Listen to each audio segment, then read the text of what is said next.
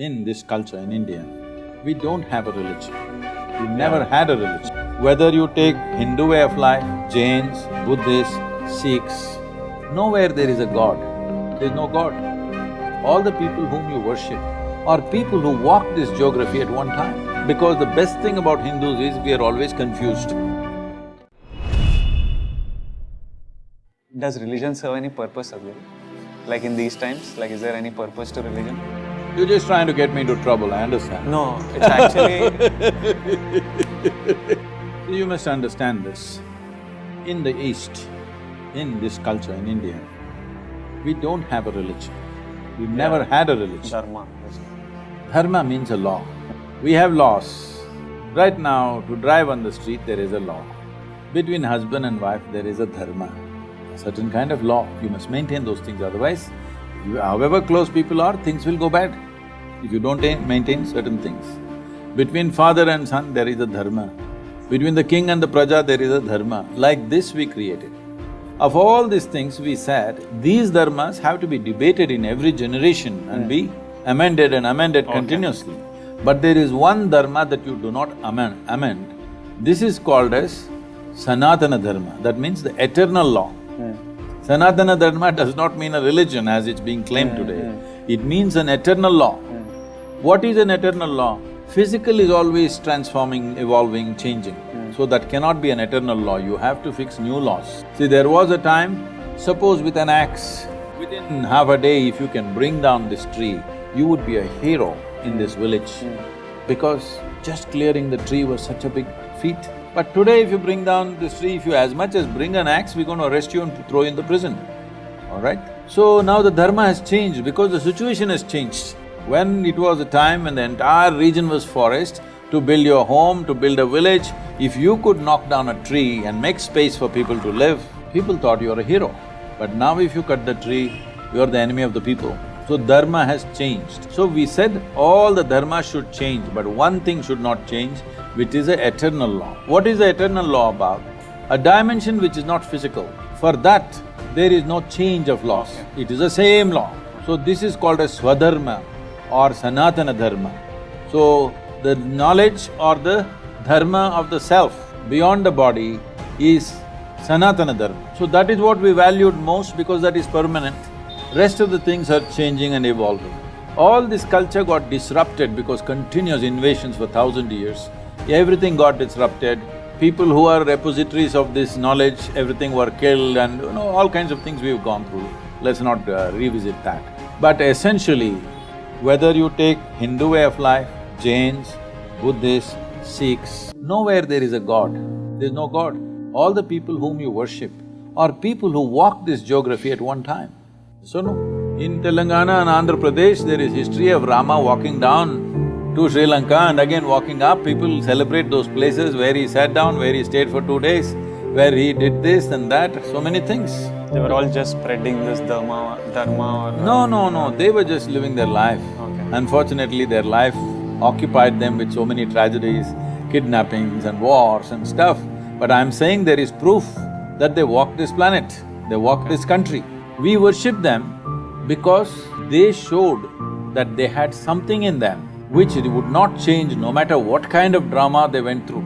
Wars happened, kidnappings happened, death happened, all kinds of horrible things happened in their life, but they were free from it. So because the highest value in this culture is freedom or liberation, which we refer to as mukti. If you listen to the conversations of your mother or maybe your grandmother, in daily conversation, without uttering the word mukti, moksha, karma, prarabdha, there is no conversation in this country. Yes or no? Every day, not spiritual conversation. Daily conversation, if they sit down and stand up, they'll say, yo, karma, prarabdha, mukti, moksha. When will I get mukti? This is the talk always. Because the entire country was invested towards liberation, not God. We use these people as symbols of liberation. Even though life put them through all kinds of trials and tribulations, they remained above it. So we see that they are free. They are in a certain state of freedom, that the physical world never disturbed them. But at the same time, they were not withdrawn. They were actively engaged in the physical world. Fighting a battle means absolute involvement, isn't it? When you're pitching your life out there, can't be any more involvement in life. So they're absolutely involved but at the same time untouched by life. So we worship that quality because they're representing mukti, they're representing absolute freedom from life. So it's because of that these people became symbols, whether Rama, Krishna, Buddha, Guru Nanak or whoever, they all became symbols of mukti. Even when they were living, they were free, actively involved but free. But does the religion serve a purpose? You're saying it is like a rule book that we follow to stay civilized. No. There is no rule book in India. But you called it the law. See, the law, that's what I said. Law, the reason why Indians are full of questions and now youth are asking all these questions is because this is a land of debate. Yeah, which is very good, like that. When Shiva came, when Adiyogi Shiva came, he is a personality of that kind that in front of him nobody would ask a question. But his wife asked him 1,000,000 questions. That is what is Shiva Sutras. And his 7 disciples asked thousands of questions. Well, you know Arjuna and Krishna, that question-answer business is big in India. See, Arjuna and Krishna are so intimate with each other, they know each other so well. But that guy in a crucial moment, how many questions he has? Because in this culture, dharma has always been a point of debate because dharma has to evolve. All dharmas have to evolve except the Sanatana Dharma or the eternal or the Swadharma need not evolve because that is not changing. So this is a land of seekers of truth and liberation. Here there's no religion as such. We've taken this religious attitude from outside because outside heavy competition came. Once it came, we thought we must also organize ourselves like that. We are trying to, but we will never will because the best thing about Hindus is we are always confused. No, it's a very good thing. Confusion means you have questions in questions. Otherwise, you have stupid conclusions about everything. The idiotic conclusions that people have made have destroyed this planet, killed millions of people around the world, simply because somebody has an idiotic conclusion about everything in life, isn't it? So, we don't have this is it kind of book. Our books are all debates, so people think we are confused. But we don't think confusion is a bad thing. We are joyfully confused, that's a great thing. You have concluded something. If I ask 2 questions, your conclusion will fall apart. That is why if I ask a question, you will kill me. Questioners have always been killed in every other culture, do you know this? They ask a question, you kill the man. That's one way of handling the questions. But if you entertain the question, it will lead to more and more and more.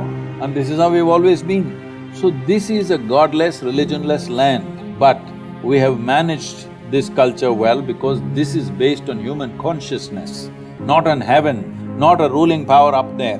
Here we have always managed humanity by activating human consciousness. We told you your life is your karma.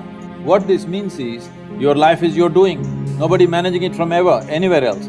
Essentially this whole movement, what I'm calling as inner engineering, is a movement from religion to responsibility. This is where we need to go. That every human being who sits here is responsible for who the hell they are and who the hell they're not. What they are and what they are not, they're taking complete responsibility for that. Only then individual human beings will live well, only then a nation will live well.